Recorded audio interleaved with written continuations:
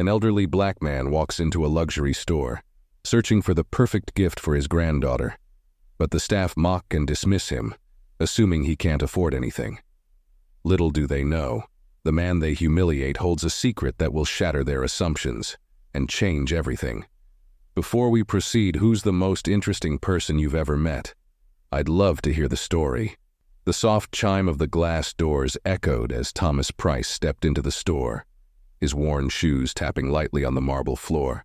Glossy shelves filled with watches, handbags, and jewelry gleamed under the soft, ambient lights. The faint scent of polished leather and expensive cologne hung in the air. Everything in the store whispered luxury. Thomas, in his old but well-kept coat and weathered fedora, seemed out of place. But he wasn't here to fit in. He had come to find the perfect gift, something special for his granddaughter's college graduation. A moment worth celebrating, and for that, only the right watch would do.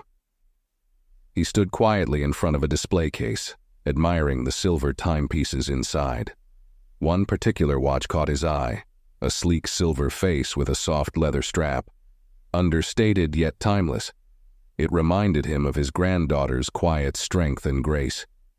Looking around, Thomas hoped for assistance. Across the room, several sales associates stood chatting. Rebecca, a young associate in a sharp blazer, glanced in his direction but made no effort to move. Thomas, ever patient, approached the counter. "Excuse me," he said kindly. "I'd like to see one of the watches in the case over there." Rebecca gave him a cursory glance, her expression cool.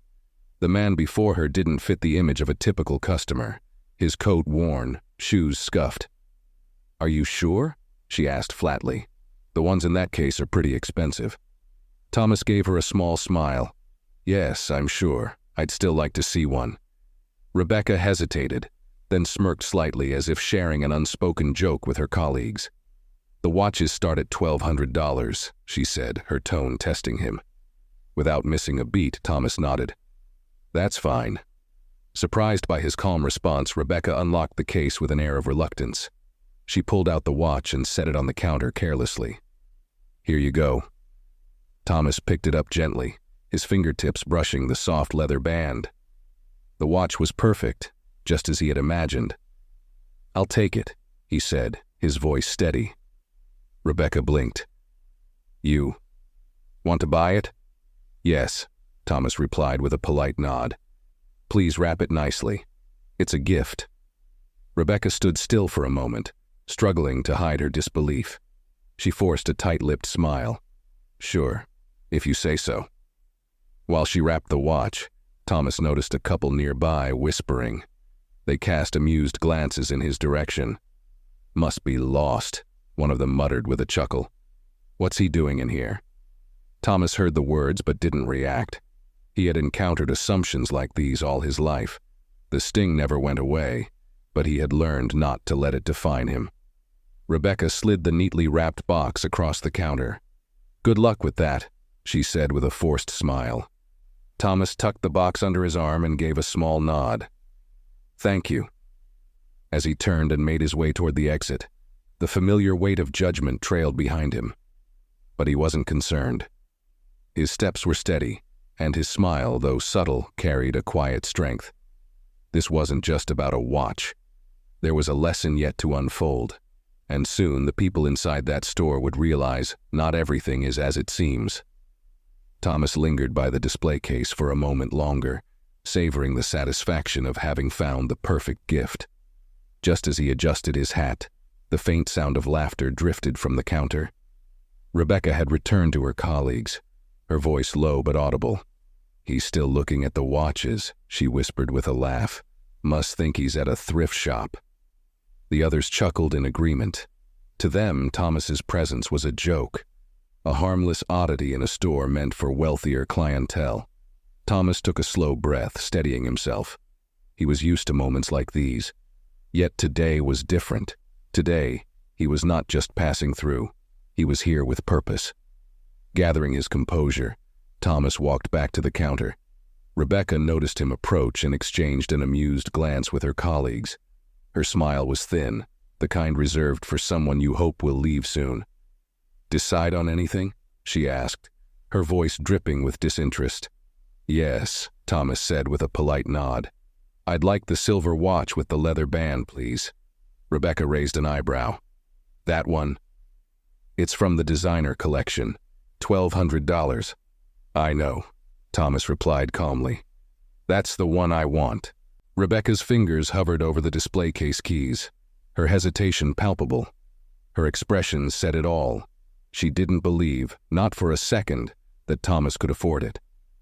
Are you sure? She asked, her tone condescending. We've got some lovely options on clearance. I'm sure, Thomas interrupted, his voice firm but polite. Rebecca shrugged as if to say, It's your embarrassment, not mine, and unlocked the display case. She retrieved the watch with obvious reluctance and slid it across the counter. There you go, she said with a touch of sarcasm. Take your time. Thomas picked up the watch, examining it closely. His smile returned as he imagined the joy it would bring his granddaughter. Rebecca crossed her arms and smirked. Want me to wrap it up? Yes, Thomas replied evenly. That would be nice. Before Rebecca could move, a sharp voice cut through the room.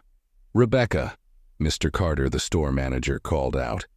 He approached with a furrowed brow, his suit impeccable, and his shoes polished to a shine. What's going on? Mr. Carter asked, glancing between Thomas and Rebecca. Oh, nothing, Rebecca said with a smirk. This gentleman wanted to see one of the designer watches.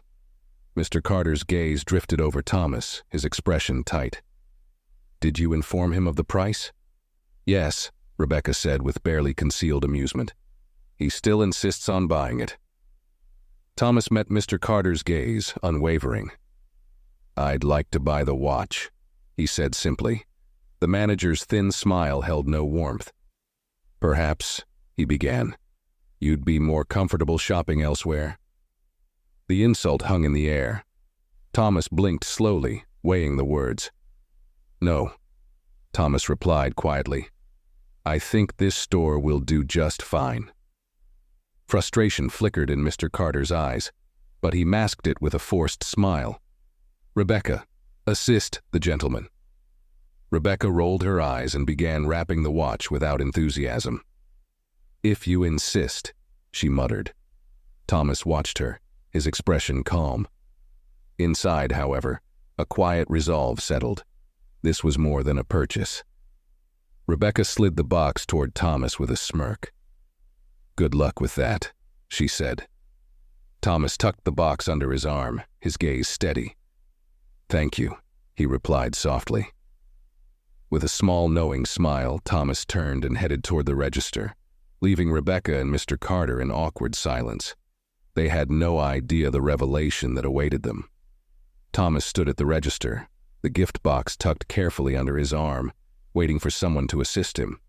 The condescending tone of Rebecca and the dismissive attitude of Mr. Carter still lingered in the back of his mind, pressing down like an unwanted weight. But Thomas took a steady breath, reminding himself why he was here. Today wasn't about them. It was about his granddaughter. This watch was meant to celebrate her achievements, and no amount of ignorance would rob him of the joy of giving it to her. He looked around the store, hoping to catch someone's attention at the checkout counter. The young cashier, a woman with brightly colored nails, glanced up briefly but made no move to help. Instead, she busied herself on her phone, tapping away with a dismissive air. Thomas shifted slightly, a calm patience etched into his posture. Years of experience had taught him to endure such moments with grace, though it never became easier. His hand drifted to the list in his pocket, the one with a few ideas for gifts. It was something small, but having it with him kept him grounded. It reminded him that moments like these didn't define him, even when they tried to. Just as he prepared to speak up, another customer breezed past him toward the register. A younger man, dressed in designer clothes and exuding confidence, placed his purchases on the counter with an air of entitlement. The cashier, previously disinterested, immediately perked up. "Hello there. Did you find everything okay?" she asked, her tone light and friendly. Thomas watched the interaction without a trace of resentment. He had seen this play out too many times before. The silent judgment, the way people decided your worth before you had the chance to speak. He knew how easy it would be to let anger take root, but he refused to carry that burden. He had learned long ago that dignity was the one thing no one could take from him. When the young man finished his transaction, Thomas stepped forward once more. The cashier glanced at him briefly, her enthusiasm from the previous interaction quickly fading. "Do you need something?" she asked flatly, as if he were an inconvenience. "Yes," Thomas replied, his voice steady. "I'd like to pay for this, please." The cashier's gaze flicked to the neatly wrapped box under his arm. She raised an eyebrow, as if questioning why he'd even bother buying something so expensive. But Thomas gave her no room to doubt him. He placed the box gently on the counter and waited with a quiet patience that made her shift uncomfortably. "I see," she muttered, typing into the register. "It's going to be $1,200. Thomas nodded. "That's fine." The cashier hesitated, glancing around the store as if expecting someone to intervene. "We only take cards for purchases this large," she added, her voice laced with subtle doubt. "That won't be a problem," Thomas replied smoothly, retrieving his wallet.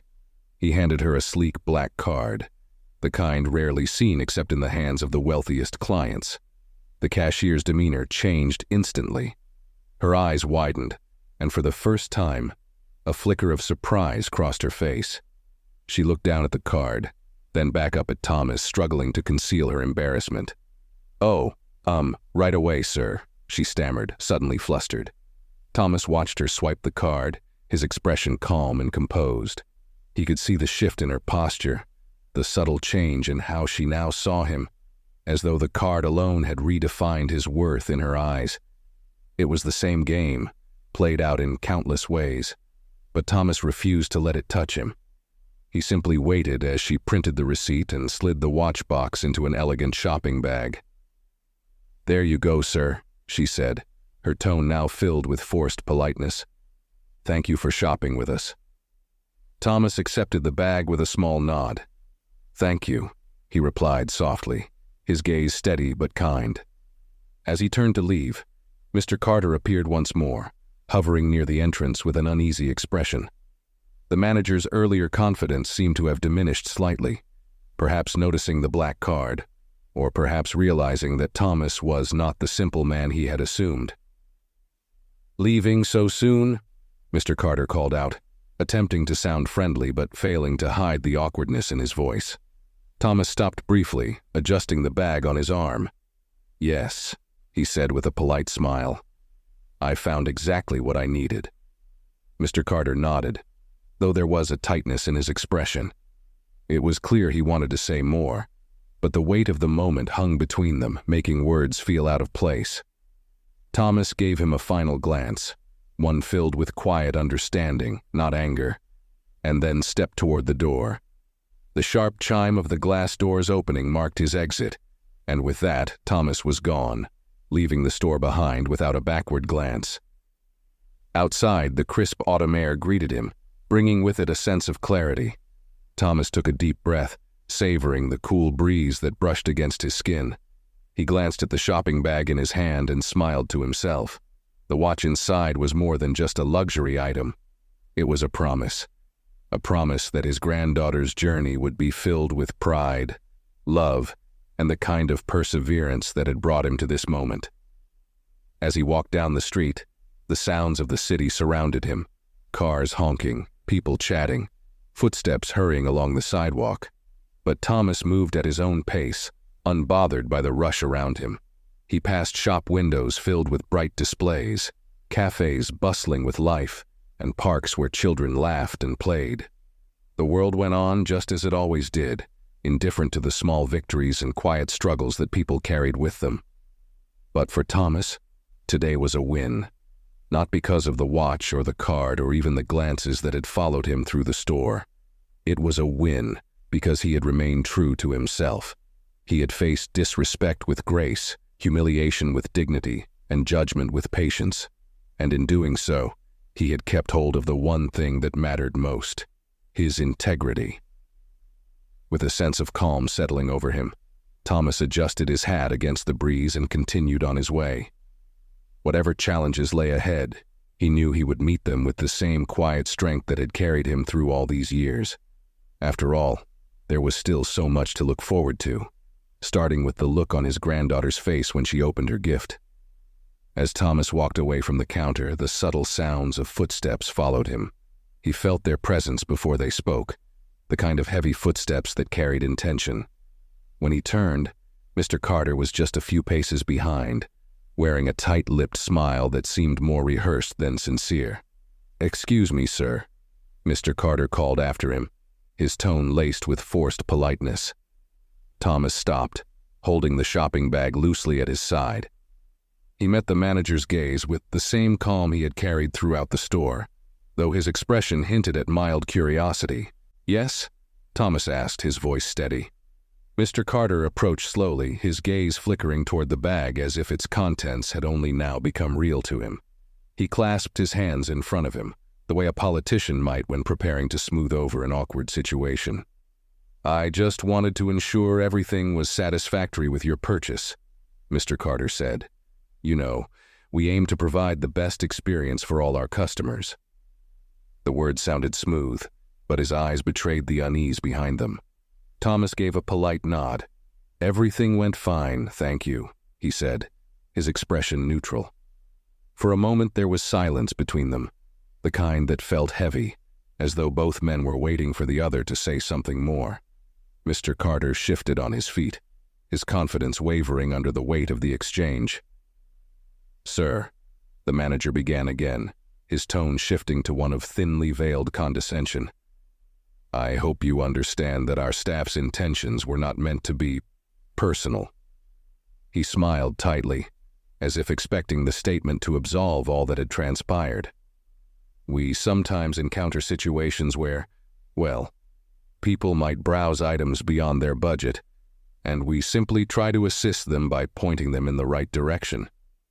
Thomas blinked slowly, his face betraying none of the emotions swirling beneath the surface.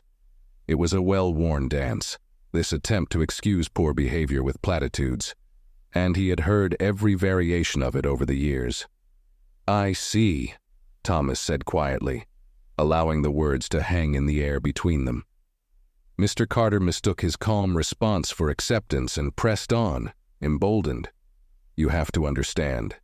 It's not always easy to assess every customer's needs at a glance," he added, gesturing vaguely toward Thomas's attire as if to imply the source of the misunderstanding. Thomas gave a small, almost imperceptible nod, as if acknowledging a point that didn't need to be said aloud. His gaze, however, remained steady, and it unsettled the manager more than any argument might have. "Thank you for explaining," Thomas replied, his tone polite but resolute. "Though I believe the only thing I needed today was assistance, not judgment." Mr. Carter's smile faltered. He opened his mouth to respond but found himself grappling for words. There was something in the quiet confidence of the elderly man before him, a sense of self-assuredness that refused to bend under the weight of disrespect. "I assure you," Mr. Carter stammered, "there was no intention to offend." "I know," Thomas said, his voice gentle but firm, "but intentions don't change outcomes, do they?" The manager's mouth snapped shut, caught off guard by the subtle yet profound truth in Thomas's words. For a moment Carter looked as if he might argue, but then he seemed to think better of it. I apologize if you felt mistreated," the manager said awkwardly, the words sounding more obligatory than heartfelt. Thomas nodded once. "Apology accepted." Just as Mr. Carter shifted uncomfortably, Rebecca reappeared, standing a few steps away with her arms crossed. Her expression was less guarded than her manager's, her disapproval now blatant and unhidden. "We were only doing our job," Rebecca muttered under her breath, though the words were loud enough for Thomas to hear. "We can't help it if people get offended so easily." Mr. Carter shot her a sharp look, silently pleading with her to stop, but Rebecca wasn't finished. Emboldened by the lingering tension, she added with a sneer, "You'd think some people would have thicker skin." Thomas regarded her for a moment, his expression unreadable. There was no anger in his gaze, no hint of malice, only a quiet sadness, a reflection of the countless times he had faced such disdain disguised as professionalism. He adjusted the brim of his hat, taking a step closer to Rebecca until there was only a small distance between them. "Young lady," he began softly, "thick skin can't protect a person from being treated unfairly." Rebecca shifted uncomfortably, but Thomas's gaze remained steady. "And one day, you'll learn that what really defines us," he continued, "is how we treat others, especially when we think no one's watching." Rebecca scoffed, rolling her eyes, but something in her demeanor shifted, just slightly. A flicker of discomfort passed across her face, as if the weight of Thomas's words had settled somewhere deep within her, even if she didn't want to admit it. Mr. Carter cleared his throat, eager to end the interaction. "Well, sir," he said, forcing another strained smile, "thank you for your understanding. I hope you'll give us another chance to serve you in the future." Thomas gave him a small, polite smile, though it didn't quite reach his eyes. "I'll think about it," he said, his tone calm and measured. With that, Thomas turned away, walking toward the door with slow, deliberate steps. The shopping bag swayed gently at his side, a quiet reminder of the gift he had come to purchase, and the respect he had chosen to carry with him, even when others refused to offer it. As the glass doors slid open with a soft chime, Thomas stepped out into the bright afternoon light. The cool breeze greeted him once again, brushing against his skin like a gentle reassurance. He stood on the sidewalk for a moment, inhaling the fresh air as if cleansing himself of the store's lingering bitterness. Behind him, Mr. Carter and Rebecca stood frozen, watching the elderly man with a mix of confusion and unease. There was something about him, something they couldn't quite place, that left them unsettled. And though neither of them said it aloud, they both knew, deep down, that this encounter wasn't over. Not yet. Thomas stepped onto the bustling street, the cool breeze offering a brief sense of relief. Yet, as he continued walking, his thoughts lingered on what had just happened inside the store. He wasn't a man easily rattled. Life had thrown much worse at him, and he'd always prided himself on meeting every challenge with grace. But there was something different about this encounter, something that gnawed at him. He clutched the shopping bag tighter, the smooth material cool against his palm. The weight of it felt heavier than it should have, not because of the watch inside, but because of what the interaction represented. This wasn't just a gift for his granddaughter. It was supposed to mark a celebration, of progress, of hope, of overcoming obstacles. And yet in that store he had been reminded once again of how easily people could judge a man by his appearance. Thomas slowed his pace as he reached the corner of the block, his footsteps becoming more deliberate. He stopped near a bench, setting the bag down beside him with a sigh. It had been years, decades, since he'd let anything get under his skin like this. He thought he'd grown immune to the small indignities, the dismissive glances, the assumptions. But today, it felt different. He sat quietly for a moment, watching the world pass by. Couples strolled hand in hand, children chased pigeons across the pavement, and business people hurried past with phones pressed to their ears. Life continued, indifferent to the frustrations he carried within him. Thomas's fingers drummed softly on the handle of the bag as his mind drifted. A memory from long ago surfaced, one he hadn't thought of in years. He saw himself as a young man, just starting out in business.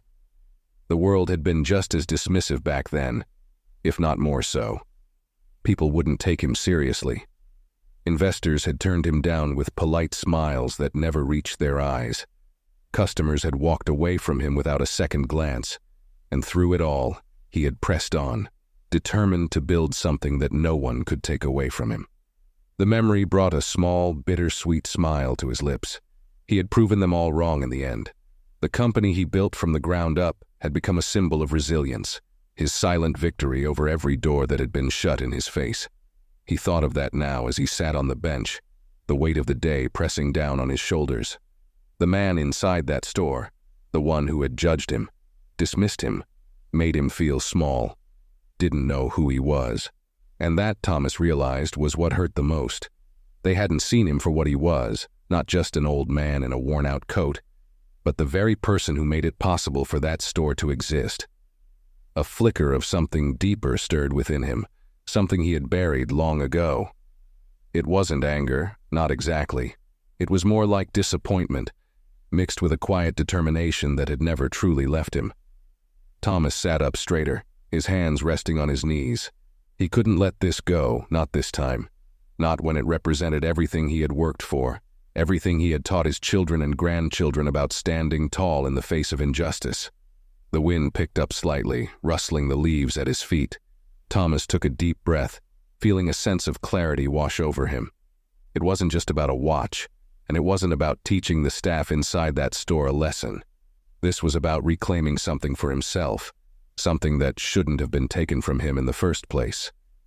He stood slowly, picking up the shopping bag with deliberate care. His movements were unhurried, but there was a new resolve in the way he carried himself. As he made his way back toward the store, his footsteps felt lighter, as if each step was stripping away the burden of the earlier encounter. When he reached the entrance, the glass doors slid open with their familiar chime. Inside, the store was just as busy as before, with customers browsing and sales associates attending to them. But the atmosphere seemed to shift the moment Thomas walked through the door. Rebecca, still stationed behind the counter, glanced up and caught sight of him. Her smirk faded into something closer to disbelief. "He's back," she muttered to the co-worker beside her. Mr. Carter noticed him too, straightening his posture with a wary expression. It was clear they hadn't expected to see him again, not after the way they had treated him. Thomas walked toward the counter with the same quiet dignity that had marked his every move. He placed the shopping bag gently on the counter, as though the weight of the watch was no heavier than the moment itself. "I believe we have something to discuss," Thomas said calmly, his gaze steady on Mr. Carter. The manager blinked, momentarily thrown off balance. Is there an issue with your purchase, sir?" he asked, his voice overly polite. Thomas smiled faintly. "No issue with the purchase," he replied. "But there is an issue with the way I was treated." Rebecca rolled her eyes, crossing her arms over her chest. "Look, if you didn't like the service, you could have just said so," she muttered under her breath. Thomas ignored her, his focus remaining on Mr. Carter. "I want you to know," he continued, "that the assumptions made about me today were not only wrong, but unnecessary." Mr. Carter opened his mouth to respond, but Thomas held up a hand, his expression kind but firm. "You see, I've spent a lifetime dealing with people like you, people who think they can tell a man's worth just by looking at him." He leaned in slightly, his voice lowering to a calm, measured tone. "But what you don't realize is that people like me are the ones who make stores like this possible." Rebecca scoffed, muttering under her breath again. "What's that supposed to mean?"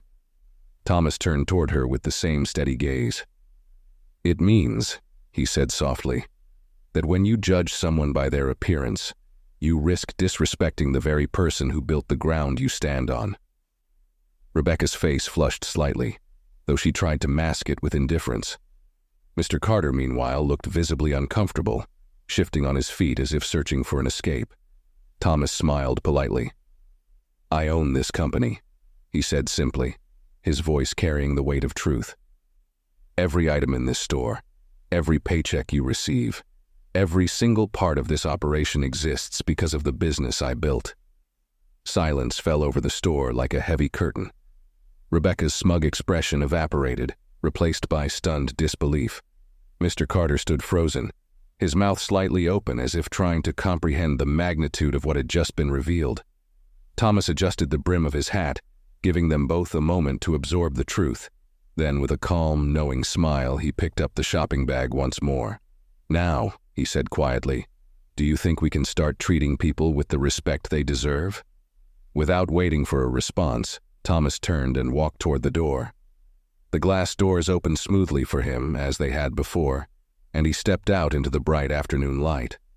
But this time the air felt lighter, the breeze warmer against his skin. He had done what he came to do, not just for himself, but for every person who had ever been made to feel small. And that, Thomas knew, was worth more than any watch in the world. The soft chime of the store's glass doors announced Thomas's departure as he stepped out into the bustling street. Yet, just as the breeze kissed his face, a voice called after him from inside. "Wait, sir, please, just a moment." Mr. Carter hurried toward the entrance, his face pale, and his movements flustered, as if the ground beneath him had shifted and he was desperately trying to steady himself. The store manager caught the door before it closed, panting slightly as he gestured for Thomas to come back inside. Thomas turned, his expression calm but curious, the corners of his lips barely curling into a polite smile. He wasn't surprised by the sudden change in Carter's demeanor. It was a pattern he had seen before, how quickly people tried to backpedal once they realized they had misjudged someone they thought unimportant. I think there's been a misunderstanding," Mr. Carter stammered, forcing a nervous chuckle. "You must forgive us. We had no idea who you were." Thomas raised an eyebrow, his gaze steady. "Is that so?" he asked softly, his voice laced with quiet patience. "And how would you have treated me if you had known?" Mr. Carter swallowed hard, visibly uncomfortable under the weight of the question. He shot a glance toward Rebecca, who stood frozen behind the counter, her smug expression wiped clean. She seemed to shrink under the realization that the man they had belittled was far more powerful than either of them had imagined. Carter stumbled over his words, struggling to craft an explanation. "We didn't mean anything by it, sir. It was just a mistake, an unfortunate misunderstanding." Thomas's expression remained serene, but the slight narrowing of his eyes conveyed a depth of meaning. "A misunderstanding, you say?" he echoed. "And how often do these misunderstandings happen in this store?" Carter's face flushed. "I can assure you, sir, this isn't how we usually operate. We pride ourselves on customer service." He shot another glance toward Rebecca, who stood frozen in place, looking like she wanted to melt into the floor. Thomas's gaze softened, not in forgiveness but in understanding. He knew this dance well. People like Carter always scrambled when the veil was lifted, exposing the assumptions and biases they carried beneath their polished exteriors. He reached into his coat pocket and pulled out a slim leather business card holder. With a smooth motion, he extracted a single card and held it out between two fingers. Mr. Carter hesitated before taking it, his hands trembling slightly as he read the embossed lettering. "Thomas Price," Carter whispered aloud, his face paled further as the realization sank in. "Founder and CEO." Silence fell like a heavy curtain between them. Carter's breath hitched as he struggled to process what he had just learned. The man they had treated with condescension, the man they had dismissed as irrelevant, was not only the owner of the store, but the architect of the entire company. Rebecca took a step forward, her voice cracking under the weight of her shock. You own this place?" she whispered, as if the words themselves were too incredible to believe. Thomas gave her a polite nod. "Yes," he said simply. "Every item in this store, every paycheck you earn, every policy you follow, it all starts with me." Mr. Carter opened and closed his mouth like a fish out of water, scrambling to recover from the monumental mistake they had just made. "Sir, please understand. We would never have—" Thomas held up a hand, stopping him mid-sentence. His expression remained composed, but there was a quiet power in his gaze, the kind that came from years of experience and hard-won success. "You see," Thomas began, his tone even, "the problem isn't that you didn't know who I was. The problem is that it shouldn't have mattered." Rebecca looked down at her feet, her arms folded tightly across her chest as if to shield herself from the truth. Mr. Carter, meanwhile, shifted uncomfortably, the weight of Thomas's words sinking in deeper than any scolding ever could. Thomas stepped closer, his gaze moving between the two of them. "I didn't walk into this store asking for special treatment," he continued. "I only wanted the same courtesy you would offer any other customer. But what I got instead was judgment, dismissal, disrespect." Carter fumbled with the card in his hand, his voice barely above a whisper. We're so sorry, Mr. Price." Please believe me, it wasn't intentional." Thomas's eyes softened, though not with forgiveness, at least not yet. "Intentions don't change the outcome," he said quietly. "And the lesson here is simple. Treat everyone with respect, no matter what they look like or where you think they come from." Rebecca cleared her throat, her voice shaky. We really didn't mean anything by it," she mumbled, though it sounded more like an excuse than an apology. Thomas turned to her, his gaze unwavering. "One day," he said softly, "you'll realize that not meaning anything by it isn't enough. Actions leave a mark, whether you intend them to or not." Rebecca blinked rapidly, struggling to hold back tears. For the first time, she seemed to grasp the gravity of what had just happened. Mr. Carter took a deep breath, visibly humbled. "Mr. Price, I don't know how we can make this right, but if there's anything we can do." Thomas offered a small, knowing smile. "You can start by doing better," he said simply. "Not just for me, but for every person who walks through these doors." Carter nodded earnestly. "Of course, sir. We'll make sure this never happens again." Thomas adjusted his coat, preparing to leave. "See that you do," he said quietly, "because the next time I visit, I won't be as patient." With those words, he gave them both one final, meaningful glance, a look that spoke of both warning and hope, and then turned toward the door. The glass doors slid open with a soft chime, and Thomas stepped out into the sunlight once more. This time, the air felt lighter, as if the burden of the day had lifted from his shoulders. Behind him, Mr. Carter and Rebecca stood frozen in place, watching as the man they had so carelessly dismissed walked away with the quiet dignity they hadn't afforded him earlier. And though neither of them said it aloud, they both knew that this encounter would linger with them long after Thomas had gone. It was a lesson they wouldn't forget, a reminder that respect should never be reserved for the few, but given freely to all. As Thomas made his way down the street, the shopping bag swinging gently at his side, a small smile played at the corners of his lips. He had come for a watch, but what he left with was something far more valuable, the knowledge that, in the end, character always outshines status, and that, no matter how the world judged him, he would always walk with his head held high. Thomas continued his steady walk down the sidewalk, the luxury store disappearing behind him. But inside the store, Mr. Carter remained standing in stunned silence. Rebecca, too, stood frozen by the counter, biting her lip and wringing her hands. The weight of what had just transpired settled over the entire store like a suffocating cloud. Carter took a sharp breath, his mind racing. It was no longer just a personal embarrassment. It was a professional crisis. He had offended the founder and owner of the entire company. If word spread, his job and reputation would be on the line. The humiliation he had tried to avoid by dismissing Thomas now threatened to consume him entirely. "Rebecca," Carter muttered, snapping out of his daze. "Get the corporate office on the phone. Now."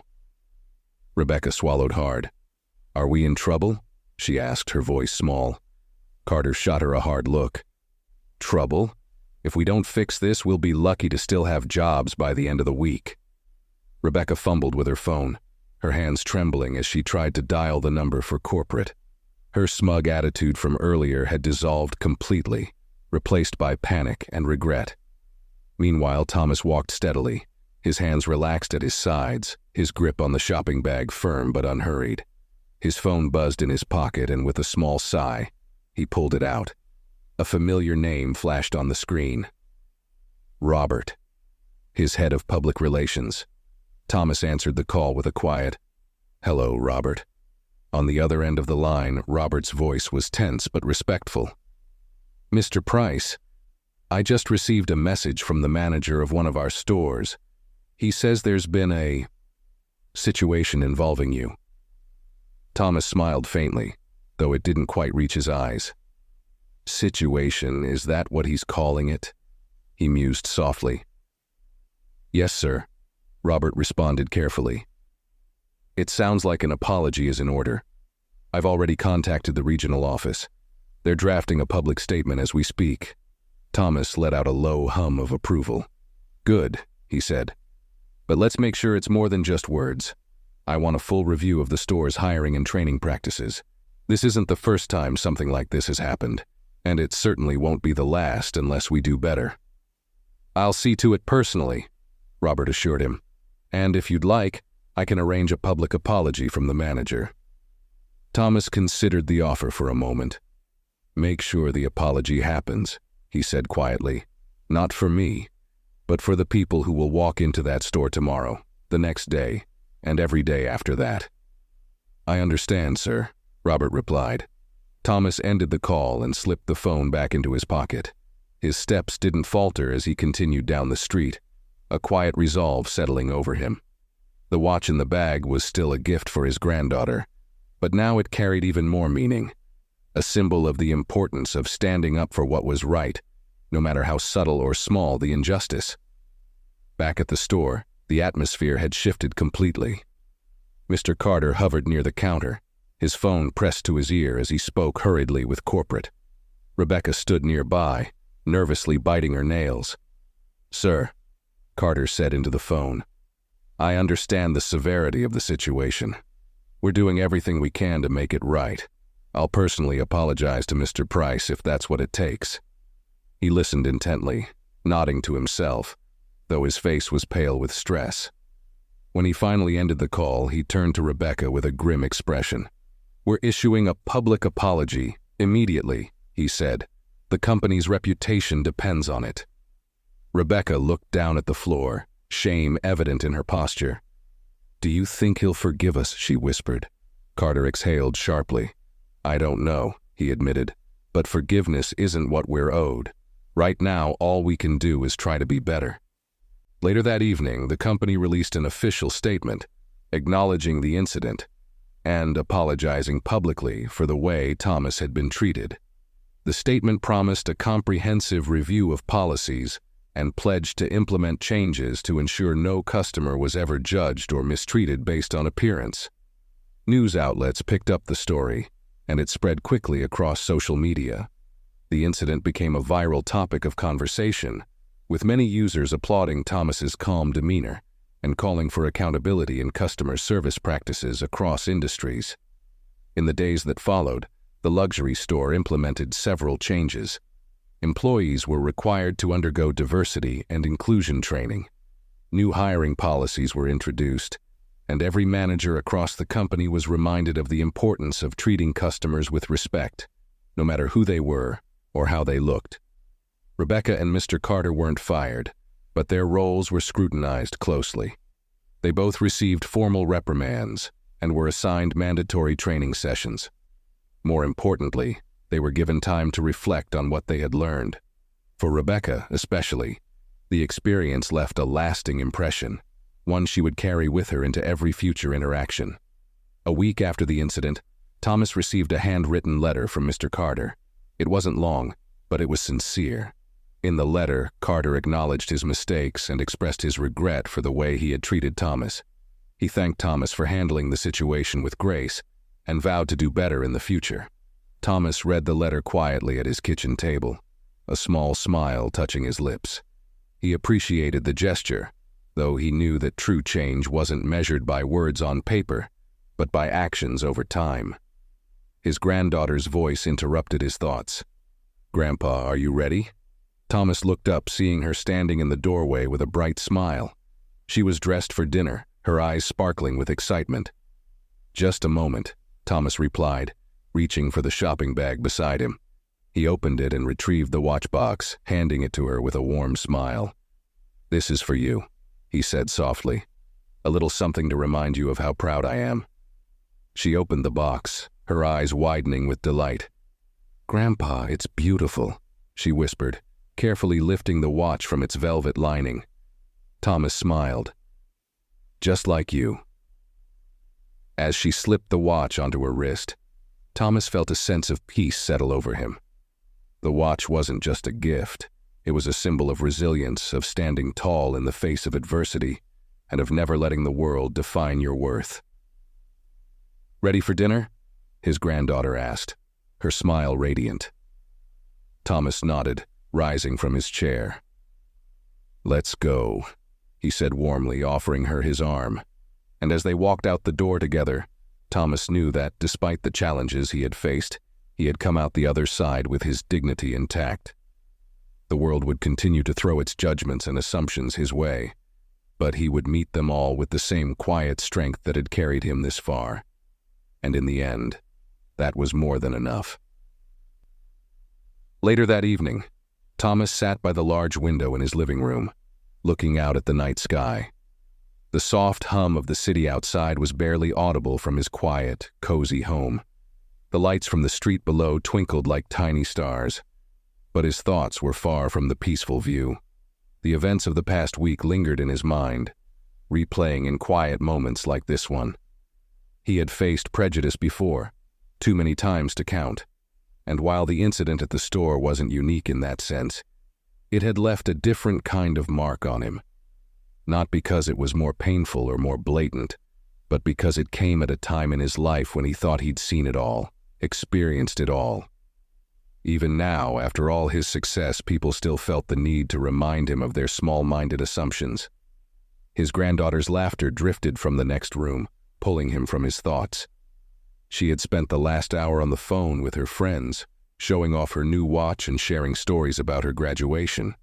Her joy was infectious, and Thomas couldn't help but smile at the sound. She had no idea how much this gift, and the journey to get it, meant to him. A soft knock on the door pulled Thomas from his thoughts completely. He wasn't expecting visitors this late, but he stood and crossed the room, curious. When he opened the door, he was surprised to see Marcus, one of his neighbors from down the block, standing there with a shy smile and a slight wave. "Evening, Thomas," Marcus said, his voice warm but hesitant. "I hope I'm not bothering you." Thomas shook his head, stepping aside to invite Marcus in. "Not at all. Come in, come in." Marcus entered, rubbing the back of his neck as if unsure of how to start. He and Thomas had known each other for years, often exchanging pleasantries when they crossed paths in the neighborhood. But they'd never had what Thomas would call deep conversations.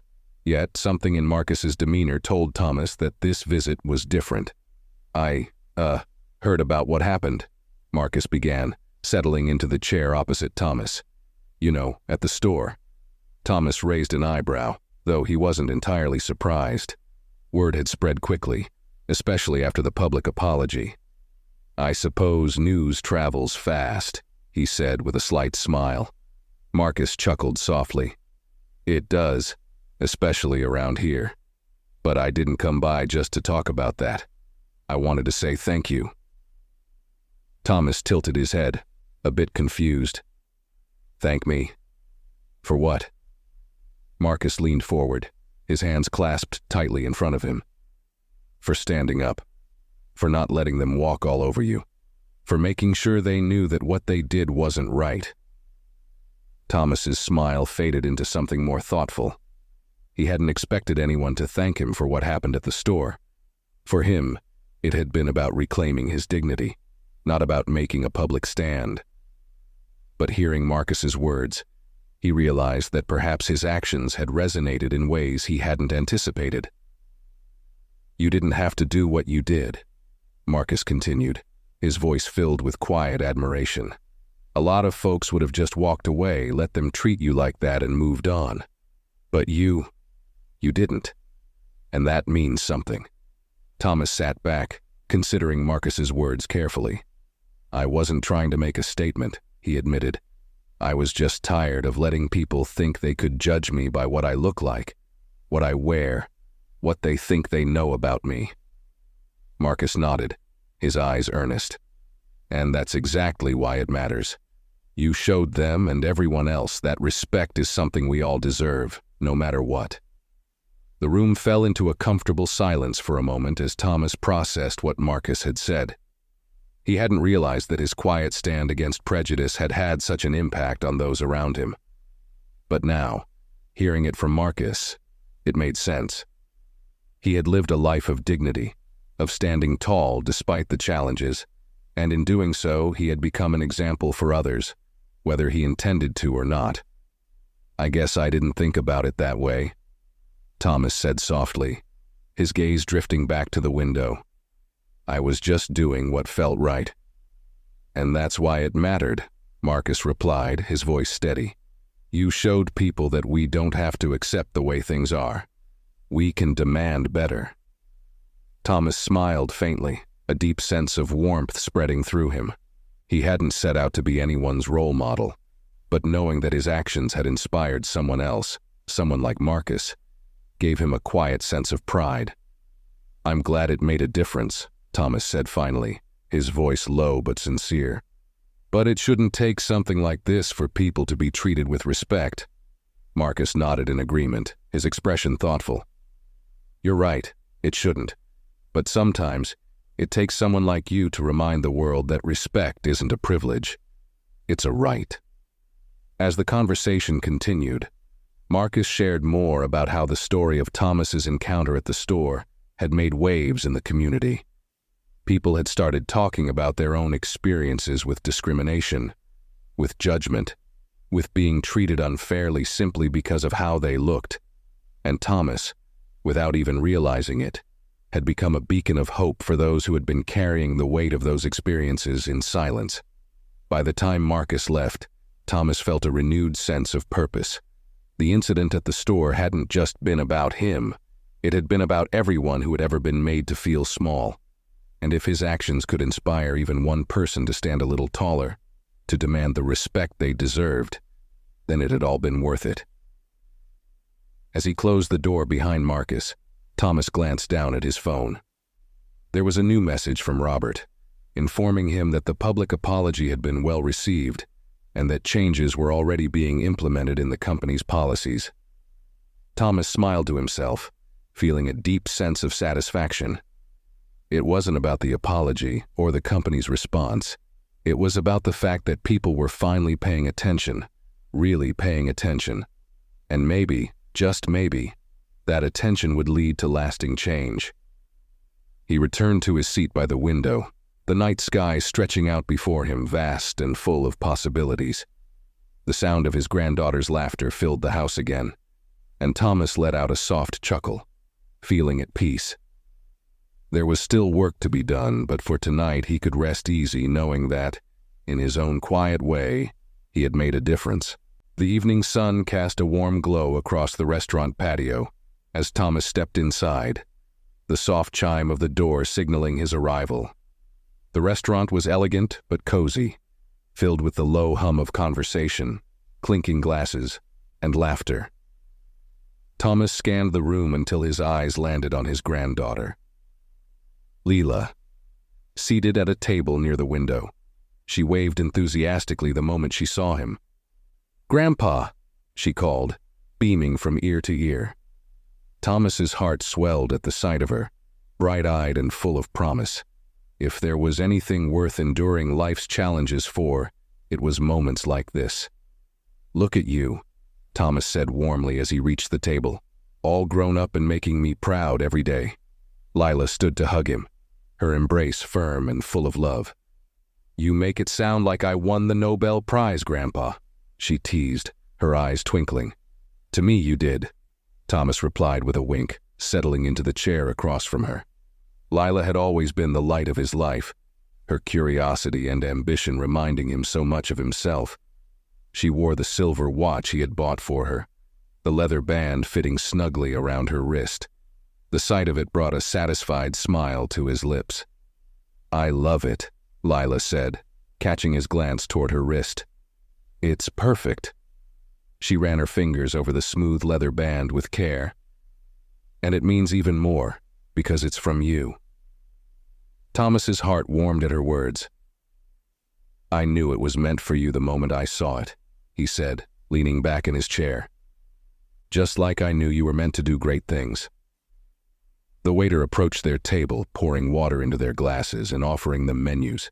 They exchanged pleasantries before placing their orders, Thomas opting for a classic steak dinner, while Lila chose her favorite pasta dish.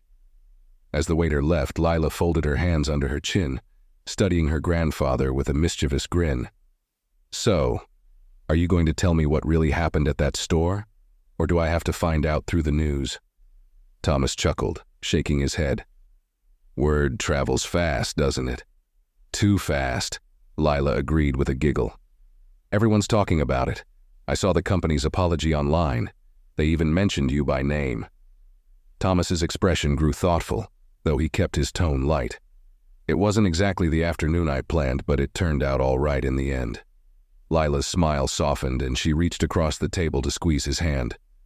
You've always been good at turning things around, Grandpa. It's one of the things I admire most about you. Thomas gave her hand a gentle squeeze in return. It's something I've had to learn, he admitted. Life will throw all sorts of things your way, some good, some bad. But how you respond to them is what defines you. Lila nodded, her gaze thoughtful. I'm learning that too, she said quietly. Sometimes it's hard not to take things personally when people make assumptions about me. Thomas tilted his head, his eyes softening. People will always have their opinions, he said gently, but their opinions don't define you. What matters is how you carry yourself, how you treat others, even when they don't treat you the way you deserve. Lila smiled, a flicker of admiration in her eyes. You always know the right thing to say. The waiter returned with their food, setting the plates before them with a flourish. The aroma of Thomas's steak and Lila's pasta filled the air, momentarily distracting them from the conversation. As they began eating, the conversation flowed easily between them, shifting from stories of Lila's graduation to her plans for the future. Thomas listened intently, offering words of wisdom when needed, but mostly letting her share her excitement.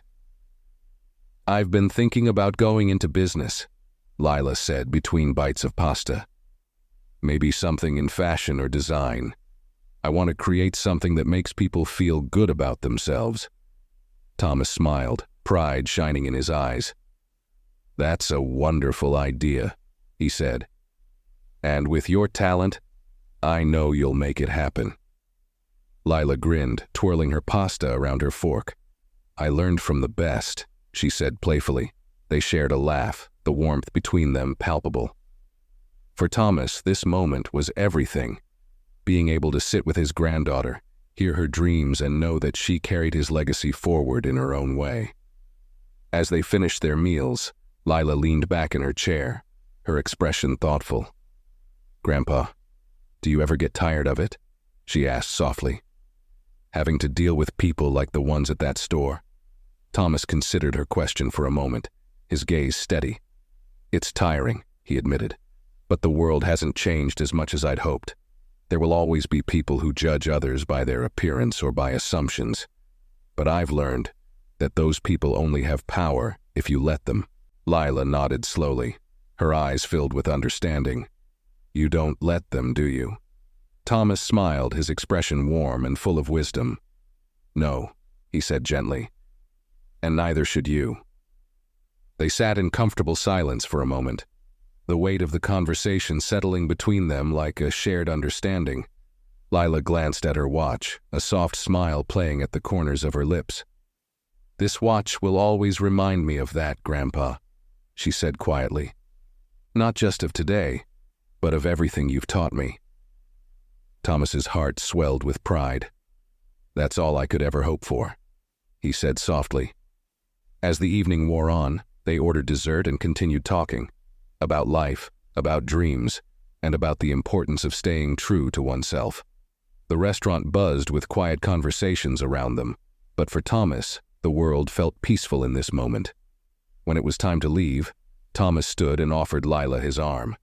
She took it with a smile, and they walked out of the restaurant together, the city lights twinkling around them. As they strolled down the sidewalk, Thomas felt lighter than he had in days. He knew that life would continue to throw challenges his way, but as long as he had moments like these, with family, with love, and with purpose, he would always find his way forward. And in his heart, he knew that his granddaughter would do the same. The next morning, the corporate office of Thomas's company was buzzing with activity. After the story of Thomas's encounter had gone viral, pressure from the public grew quickly. Social media erupted with comments and stories from others who had experienced similar treatment in retail spaces, creating a wave of conversations about discrimination, respect, and customer service. Emails poured in, and news outlets reached out for interviews, eager to understand how the company would respond. Robert Ingnier, the head of public relations, worked tirelessly to contain the situation, drafting responses and organizing meetings with regional managers. However, every response hinged on Thomas's direction. This was not just a public relations issue. It was personal. At corporate headquarters, Robert sat in his office, scrolling through the company's social media accounts, reading comments from customers. Many praised Thomas's grace and resilience, but others criticized the company for not fostering a better culture. Just then, Robert's phone rang. It was Thomas.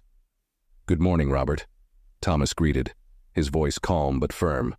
"I've seen the response so far, but it's not enough." Robert straightened in his chair, holding his breath. "I understand, sir. We're working on implementing changes across the stores." "Not just words," Thomas said with quiet determination. "I want real action. Every employee from top to bottom must undergo diversity and empathy training. This isn't about damage control. It's about doing what's right." "Yes, sir," Robert replied. "We'll set it in motion today." "And Robert," Thomas added, his voice unwavering, "I want that manager, Mr. Carter, and the associate, Rebecca, to participate in the first session. If we don't lead by example, nothing will change." Robert nodded to himself. "Understood, sir. I'll make sure they're on the list." Thomas continued, "Draft a public statement, and I want it out today. Be clear. We are acknowledging what happened, committing to change, and holding ourselves accountable. The public needs to see that this isn't just a one-time correction." Robert scribbled notes furiously. "I'll get it done, Mr. Price. The statement will go out within the hour." "Thank you, Robert," Thomas said before hanging up. Later that day, the company released a public statement across all platforms. The statement was straightforward, addressing the incident with honesty. "We regret to acknowledge that one of our valued customers, Thomas Price, the founder and CEO of our company, was subjected to discriminatory treatment at one of our stores. This incident serves as a sobering reminder that we must do better. Moving forward, we are implementing mandatory diversity and empathy training across all locations. Our mission is to create an environment where every customer is treated with the respect and dignity they deserve, regardless of their appearance. We extend our deepest apologies to Mr. Price and to all customers who have experienced anything less than the high standards we aim to uphold." The statement was accompanied by photos of employees gathered in training sessions and a message from Thomas himself, underscoring the importance of respect in every interaction. The public response was overwhelmingly positive. Many applauded the transparency and commitment to change, sharing their own stories of hope and support. Within weeks, stores across the country reported shifts in customer satisfaction. Employees who once worked by habit began engaging more meaningfully with customers, fostering a culture rooted in respect and understanding. Mr. Carter and Rebecca participated in the first training session, sitting side by side with other employees, absorbing lessons they never thought they needed. And while Thomas remained largely out of the spotlight, the message was clear. Change was happening, and it was here to stay. The impact of Thomas's experience didn't end with the public statement. His quiet stand against prejudice sparked a ripple effect throughout the community. Local organizations took notice, inviting him to speak at events focused on diversity, inclusion, and leadership. Thomas, never one to seek the limelight, accepted a few invitations, knowing that his story could inspire others to push for change in their own spaces. At one such event, a forum hosted by a neighborhood advocacy group, Thomas stood before a modest crowd, his hands resting lightly on the podium. The room was filled with familiar faces, young entrepreneurs, local business owners, and community leaders. They listened intently as Thomas shared not just the story of the store encounter, but the lessons he had learned throughout his life. "Success isn't just about what you achieve," Thomas said, his voice calm and steady. It's about how you treat people along the way. Your reputation is built not by your wealth or your status, but by your character." The room was silent, every person captivated by his words. Thomas looked out at the crowd, his gaze resting briefly on a young man in the front row. Marcus, his neighbor, who gave him an encouraging nod. "Change doesn't happen overnight," Thomas continued. "It happens through small moments. Every interaction, every decision. We don't need grand gestures to make a difference. We just need to treat each other with dignity." The audience erupted into applause as Thomas stepped away from the podium, offering warm handshakes and smiles to those who came to greet him afterward. He didn't see himself as a hero, but he knew that his actions, however small, had helped spark a conversation that would outlast him. Back in his neighborhood, Thomas became a quiet force of influence. He partnered with local youth programs, mentoring young entrepreneurs, and offering guidance to those just starting their careers. His words carried weight, not because of his success, but because of the wisdom and humility with which he spoke. The community responded in kind. Businesses began adopting the principles Thomas had championed, valuing every customer, fostering empathy among employees, and creating environments where everyone felt welcome. One day, Marcus stopped by Thomas's home again, this time with a small gift, a framed photograph of the two of them, taken at one of the community events. Beneath it was an inscription: "For standing tall, for making a difference." Thomas accepted the gift with a quiet smile. "Thank you, Marcus," he said warmly, "but the real work isn't done yet." Marcus grinned. "I know, Mr. Price, but thanks to you, we're on the right path." The ripple effect continued beyond the local community. Other businesses took notice, adopting similar policies in their own operations. News outlets followed the story's evolution, framing it as an example of how individuals could spark meaningful change. And while the spotlight slowly shifted elsewhere, Thomas remained at the heart of it all, living his life with the same quiet dignity that had defined him from the beginning. For Thomas, the legacy he was building wasn't about awards or recognition. It was about ensuring that the next generation, people like his granddaughter Lila, could walk through the world with their heads held high, knowing their worth wasn't tied to appearances or assumptions. And as Thomas sat by his window that evening, watching the sun dip below the horizon, he felt a deep sense of peace. The world was far from perfect, but he had done his part to make it just a little bit better, and for him, that was enough. Months later, Thomas decided to return to the store, not to test anyone or seek further apologies, but to see if the changes promised had taken root. It was a quiet afternoon when he stepped through the familiar glass doors, the soft chime echoing the memory of his first visit. The store looked the same: polished floors, elegant displays. But something felt different. There was a warmth in the air that hadn't been there before, a shift that hinted at real change. As Thomas walked deeper into the store, a young associate noticed him and approached with a welcoming smile. Her name tag read Sarah, and there was genuine kindness in her eyes. "Good afternoon, sir. How can I help you today?" she asked, her voice warm and respectful. Thomas gave her a small, polite smile. "Just browsing for now, thank you." Sarah nodded and didn't hover, allowing him to look around without pressure. It was a simple gesture, but one that spoke volumes about the change in attitude. As Thomas made his way toward the watch display, he heard a familiar voice behind him. "Mr. Price?" He turned to find Mr. Carter, the store manager, standing a few feet away. His posture was less rigid, his expression softer. There was no trace of the arrogance that had marked their first encounter. Instead, Carter looked genuinely relieved, and perhaps a little nervous, to see Thomas again. "Welcome back, sir," Carter said, offering a hesitant smile. "I wasn't sure if we'd see you again." Thomas nodded slowly, his expression unreadable but not unkind. "I thought I'd stop by," he said evenly. "See how things are going." Carter exhaled, visibly relieved by Thomas's calm demeanor. "Things are better," he said, his voice carrying a note of sincerity. "We've made a lot of changes since your last visit. The training sessions have been enlightening," to say the least. Thomas smiled faintly. That's good to hear. Just then, Rebecca emerged from the back of the store, carrying a small box. She froze when she saw Thomas, her face turning a deep shade of red. For a moment, she looked like she wanted to run, but then she took a deep breath and approached him. "Mr. Price," she began awkwardly, her voice unsteady. I just wanted to say, I'm sorry for how I treated you that day. I've thought about it a lot since then, and I realize how wrong I was." Thomas regarded her quietly, his gaze steady but not harsh.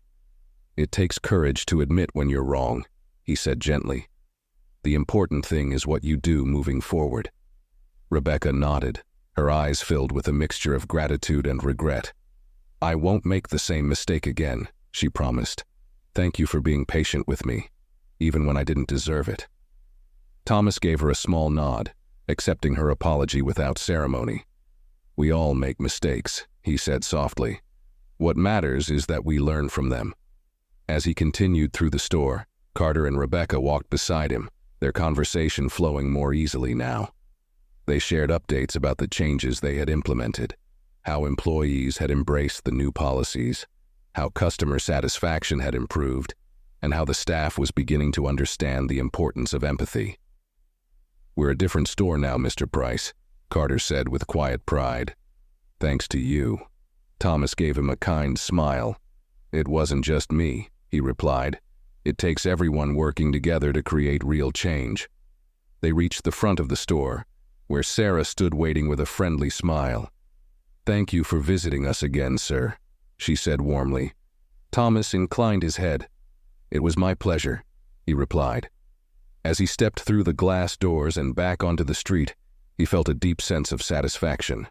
Change was never easy, but it was possible, and that was enough. The weeks following Thomas's second visit to the store were filled with quiet reflection.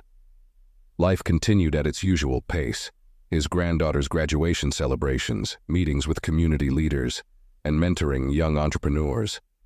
But something inside Thomas had shifted. He felt lighter, as though the weight of a lifetime of silent battles had lifted just a little. One evening, Thomas sat at his desk, writing in his journal. It was a habit he had kept for years, a way to process his thoughts and capture the moments that mattered. As he scribbled the final lines of the day's entry, he found himself reflecting on the journey that had brought him here, the moments of triumph, the challenges, and the lessons learned along the way. He thought about the store, about Mr. Carter and Rebecca, and how one small encounter had sparked a ripple of change. It wasn't just about a watch or an apology. It was about respect, dignity, and the importance of standing up for what was right. And it was about knowing that even the smallest actions could leave a lasting impact. As he closed the journal, his phone buzzed with a notification. It was a message from Lila. "Hey, Grandpa. Just wanted to say thank you again for the watch. Every time I look at it, I think of you and everything you've taught me. Love you so much." Thomas smiled, his heart swelling with pride. His granddaughter's words were a reminder of what truly mattered, the legacy he was building, not through wealth or status, but through love, kindness, and resilience. The next morning, as he prepared to meet with a group of young entrepreneurs, Thomas glanced at his reflection in the mirror. He adjusted his hat, the familiar weight of it grounding him in the present. Life would always present challenges, but he knew now, more than ever, that he had the strength to meet them with grace. Before leaving the house, Thomas took a moment to breathe in the quiet stillness around him. There was a sense of peace in knowing that he had done his part, that he had left the world a little better than he had found it. And as he stepped out into the morning light, his heart was light, his steps steady, and his spirit unwavering. The world would continue to judge, to assume, to misunderstand. But Thomas Price would walk through it all with his head held high, knowing that character, not wealth or appearances, was the true measure of a person's worth. And in the end, that was more than enough. As Thomas walked out of the store that day, the breeze brushing against his face felt lighter. The weight of judgment, Assumptions and disrespect was no stranger to him, but it didn't define him. He had learned long ago that dignity isn't given. It's maintained through grace, no matter the circumstances. The staff inside that store had made the mistake of judging him by his appearance. They saw only what they wanted to see, an old man in a worn coat. What they missed was the man who built the very foundation beneath their feet, a man whose success was measured not by wealth, but by character. Thomas didn't need to raise his voice or demand respect. He let the truth speak for itself. And in the silence that followed his quiet revelation, the message became clear. True worth isn't in appearances, but in how we treat others, especially when we think no one is watching. This isn't just Thomas's story. It's a reminder to all of us. How often do we make assumptions about others? How often do we judge without knowing the full story? Respect isn't a privilege, it's a choice. What would you have done in Thomas's shoes? Have you ever experienced a moment like this? Let me know in the comments below, and if this story inspired you, hit that subscribe button for more powerful real-life stories.